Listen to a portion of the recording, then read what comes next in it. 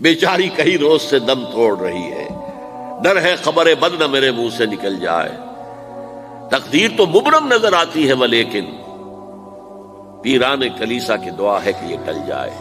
تو پہلی بات میری ختم ہوئی، عالمی نظام خلافت دنیا کی تقدیر مبرم ہے، ہو کر رہے گی، اس میں کسی صاحب ایمان کو کوئی شک، کوئی شبہ، کوئی ریب نہیں ہونا چاہیے۔ البتہ اس کا اب دوسرا پہلو کیا ہے، اس کا آغاز کہاں سے ہوگا؟ پہلی بات تو یہ، ہمارے بعض لوگوں کے ذہنوں میں، سادہ دل لوگ وہ سمجھتے ہیں کہ پوری دنیا میں ایک ہی دفعہ آ جانی چاہیے۔ یہ کوئی علاقائی خلافت تو نہیں ہو سکتی، خلافت تو عالمی ہوتی ہے۔ ان سے میں کہتا ہوں، عالمی خلافت کب تھی جناب؟ یہ تو نہ خلافت راشدہ میں عالمی تھی، کیا ہندوستان شامل تھا اس میں؟ کیا چین شامل تھا؟ کیا یورپ شامل تھا؟ اور پھر جو خلافت کے نام سے جو ملوکیت چلی ہے، وہ بھی صرف آپ دور بنو امیہ میں کہہ سکتے ہیں کہ وہ پورا عالم اسلام کم سے کم اس کے تحت تھا۔ بعد میں خلافت عباس، بنو عباس میں، اور فاطمیین کی خلافت میں، اور آل عثمان جو ہیں آٹومان ٹرکس کی خلافت میں ٹکڑے تھے، حصے بکھرے تھے، کوئی مانتا تھا، کوئی نہیں مانتا تھا۔ اور سب سے بڑی بات یہ، اگر ایک دم پوری دنیا پر خلافت قائم ہو سکتی تو حضور کے دست مبارک سے ہوتی، لیکن نہیں ہوئی۔ نتیجہ کیا نکلا؟ ایک ملک میں حضور نے قائم کر دی، جزیرہ نما عرب، یہاں خلافت قائم ہو گئی، حضور خلیفہ ہے۔ اس کے بعد آپ کے خلفائے راشدین نے پھر اس کو وسعت دی، شرقاً غرباً شمالاً۔ 3 کالمز نکلے ہیں فوجوں کے، صحابہ کرام کے، 3 کالمز، ایک ایسٹ ورڈ، ایک ویسٹ ورڈ، ایک نارتھ ورڈ۔ ایک عراق کو فتح کرتے ہوئے ایران میں پہنچ گیا، خراسان تک چلا گیا۔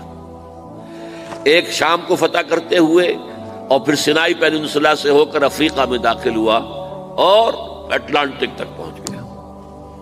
تیسرا سیدھا شمال میں گیا، لیکن یہ زیادہ دور نہیں جا سکتا تھا، کوکیشین ماؤنٹینز آ گئے، کوہ قاف۔ اس زمانے میں تو یہ یوں سمجھیے کہ امپیسیبل تھا نا، کوہ قاف، لہذا وہاں آ کر رک گیا بابا۔ اب بھی یہ ہوگا، کسی ایک جگہ سے شروع ہوگا پھر پھیلے گا، اس کے سوا کوئی چارہ کار ہے ہی نہیں۔ اگر ہر جگہ پوری دنیا میں ایک ہی وقت میں ہو سکتا تو حضور کے دست مبارک سے ہوتا صلی اللہ علیہ وسلم۔ اب وہ نقطہ کون سا ہوگا، نقطہ آغاز کون سا ہوگا؟ اس میں پہلی بات تو میں نے کہا، جو شک کرے گا اس کا پھر ایمان مشکوک ہے۔ ہوگا، لازماً ہوگا، گلوبل ہوگا، پوری دنیا میں ہوگا۔ کہاں سے شروع ہوگا اس میں آپ اختلاف کر سکتے ہیں، لیکن مجھے تو 2 حدیثیں تو ملی ہیں جن سے یہ اندازہ ہوتا ہے کہ یہ اس مشرقی خطے سے ہوگا، عرب کے مشرق کی جانب کسی ملک سے ہوگا، کسی خطے سے ہوگا۔ وہ حدیثیں بھی اب آپ پڑھ لیجیے پہلے، پھر میں کہہ رہا ہوں یہ خزانہ ہے جو ہم نے آپ کی خدمت میں پیش کیا ہے، کاش کہ آپ اس کی قدر کر سکیں، یہ حدیثیں آپ کو ازبر ہو جائیں، یاد ہو جائیں، لوح قلب پر نقش ہو جائیں۔ ہندوستان اور خراسان یعنی موجودہ افغانستان کا ذکر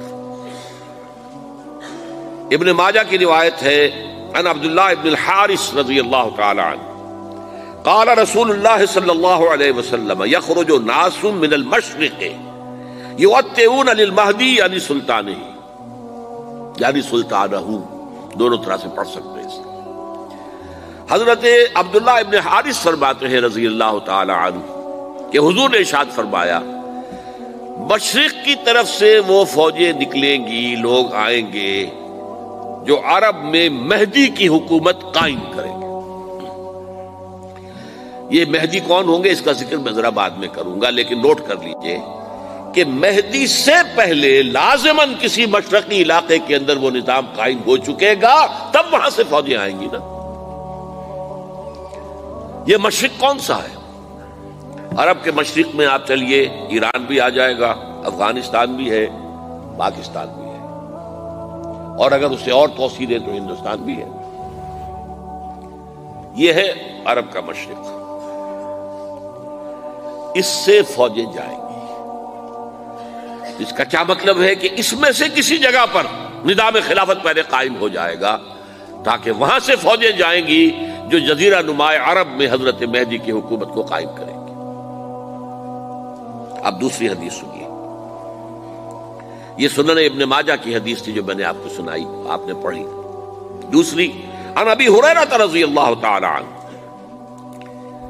یہ ترمذی شریف کی روایت ہے، قال قال رسول اللہ صلی اللہ علیہ وسلم یخرج من خراسان رایات سود لا يردها شیء حتی تنصب بإیلیا، خراسان کے علاقے سے سیاہ جھنڈے لے کر فوجیں آئیں گی، ان کا رخ کوئی موڑ نہیں سکے گا، ان کو پیچھے پھیر نہیں سکیں گے کوئی بھی، یہاں تک کہ وہ یروشلم میں جا کر جھنڈے نصب کر دیں گے۔ ایلیا حضور کے زمانے میں یروشلم کو کہتے تھے۔ یہ یروشلم تھا جب حضرت سلیمان کی حکومت تھی اور یہاں پر معبد سلیمانی، ہیکل سلیمانی قائم ہوا، پھر یہ یروشلم ہی رہا ہے تاریخ میں، یہاں تک کہ سن 70 عیسوی میں جب ٹائٹس رومی جنرل نے اس کو گرایا، ختم کیا، سیکنڈ ٹیمپل گرا دیا اور یہاں سے یہودیوں کو کہا نکل جاؤ، یہاں سے کوئی یہودی باقی نہیں رہا، تب بالکل تہو بالا برباد کر دیا۔ اس کے کوئی 150 سال بعد ہیڈریان، رومن ایمپرر ہیڈریان، اس نے پھر دوبارہ آباد کیا اس شہر کو۔ 150 سال تک یہ بالکل بنجر اور بالکل غیر آباد پڑا تھا۔ اب ہیڈریان نے جب آباد کیا تو اس کا نام ایلیا رکھا، اب یروشلم نام نہیں تھا۔ تو حضور کے زمانے میں پھر اس کا نام ایلیا تھا، اور اب اس سے کیا معلوم ہو رہا ہے کہ یہ یروشلم مسلمانوں کے قبضے سے اس وقت نکلا ہوا ہوگا۔ ایک دفعہ پہلے نکلا تھا، سن 1099 عیسوی میں مسلمانوں کے ہاتھ سے نکلا، کروسیڈرز عیسائیوں نے آ کر اس کو قبضے میں کیا، لاکھوں مسلمانوں کو مارا، قتل کیا۔ اس کو 1187 عیسوی میں واپس لیا ہے۔ کس نے لیا ہے؟ صلاح الدین ایوبی، کرد۔ عرب کھوکھلے ہو چکے تھے، عربوں نے کھویا، واپس نہیں لے سکے، بہت حکومت کر چکے تھے، 400-500 برس کی حکومت کر کے، اور ان کے عیش اور ان کے آرام، اب ان میں جان نہیں تھی کہ وہ واپس لے سکے۔ واپس لینے والا گرم کرد خون تھا، صلاح الدین ایوبی۔ تو گویا کہ اب آپ سمجھئے کہ 88 برس تک عیسائیوں کا قبضہ رہا یروشلم پر۔ اب 1967 میں یہودیوں نے قبضہ کیا ہے، اور اب 38 برس تو ہو گئے، 88 نہیں تو 38 برس تو ہو گئے ہیں، لیکن وہ دور آئے گا کہ اب پھر لیں گے۔ لینے والے عرب بھی نہیں ہوں گے، خراسان کے علاقے سے فوجیں آئیں گی۔ یہ خراسان کیا تھا؟ ایلیا تو میں نے آپ کو بتا دیا، یروشلم کا نام ہے۔ خراسان اس زمانے میں ایک بہت بڑے ملک کو کہتے تھے، کچھ حصہ پاکستان کا بھی اس میں شامل ہے، کچھ حصہ ایران کا بھی ہے۔ ایران کے اس حصے کو اب بھی خراسان کہتے ہیں، وہ ایک صوبہ ہے۔ خراسان ایک صوبہ ہے ایران کا، چھوٹا سا۔ پاکستان میں خاص طور پر یہ جو علاقہ مالا کنڈ ایجنسی کہلاتی ہے، اس سے اوپر جتنا علاقہ ہے، اور یہ جو واخان کی ایک پٹی آتی ہے اوپر، واخان افغانستان کی ایک پٹی سی دم سی چلی آتی ہے جو جا کر چائنا کی سرحد سے مل جاتی ہے، یہاں سے لے کے یہاں تک یہ جو مالا کنڈ کا وہ درہ ہے اور پہاڑ ہے، یہ بھی خراسان کا حصہ ہے۔ باقی تقریباً 2/3 آف افغانستان ساؤدرن حصہ نہیں ہے خراسان کا حصہ، یہ سیستان کہلاتا تھا، یہ خراسان نہیں ہے۔ لیکن یہ کہ اوپر کا 2/3 آف افغانستان، اور اس کے ساتھ یہ جو عرب، جو اب یہ ترک ممالک آزاد ہوئے ہیں سوویت یونین کی ڈسولوشن کے ساتھ، یہ سارا علاقہ کہلاتا ہے خراسان بزرگ، دی گریٹ خراسان۔